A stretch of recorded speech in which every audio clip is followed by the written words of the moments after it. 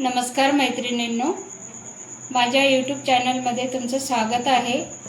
आजची रेसिपी आहे सरगुंडे। सरगुंड्याची रेसिपी कशी बनवायची ते आपण आज बघणार आहोत। त्याचं साहित्य एकदम कमी। सरगुंडे घेतलेले आहे, काजू बदामचे काप घेतलेले आहे, साखर आणि तूप गरम करायला ठेवलेलं आहे, दूध। चला तर मग बघूया। कढईमध्ये तूप टाकून घेतलेलं आहे, घरचं बनवलेलं तूप आहे। याच्यामध्ये आता सरगुंडे चांगले खमंग भाजून घ्यायचे आहे।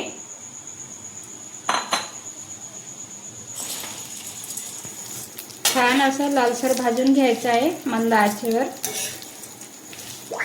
याच्यामध्येच आता काजू बदामचे काप पण टाकून देऊ, म्हणजे ते पण कुरकुरीत भाजून होतील।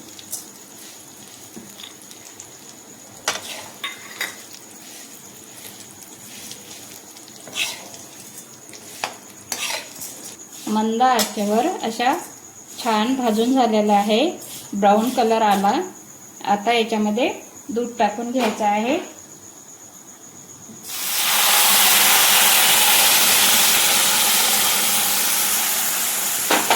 दुधामध्ये 5 मिनिटं होऊ द्यायचं आहे। आता याच्यावरती झाकण ठेवत आहे। 5 मिनिटं झालेले आहेत। आता झाकण काढून याच्यामध्ये साखर टाकून घेऊ। जेवढं गोड हवं तेवढी साखर टाकू